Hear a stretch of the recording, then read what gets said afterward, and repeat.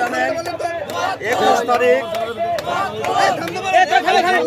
আপনারা জানেন যে 21শে মে মঙ্গলবার রাজবাড়ী সদর উপজেলা পরিষদ নির্বাচন। সেই নির্বাচনে জনতার প্রার্থী হিসাবে আমি দোয়াত কলম প্রতীক নিয়ে প্রতিদ্বন্দ্বিতা করছি।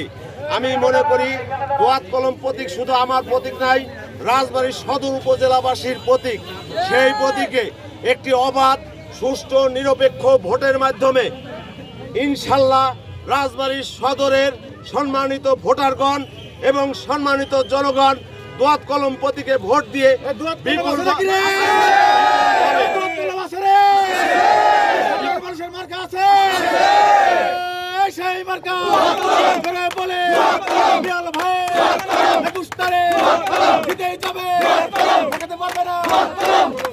আপনারা জানেন যে ভাতের অধিকার প্রতিষ্ঠার জন্য আমরা নেমেছি, ভোট যুদ্ধ অবতীর্ণ হয়েছি।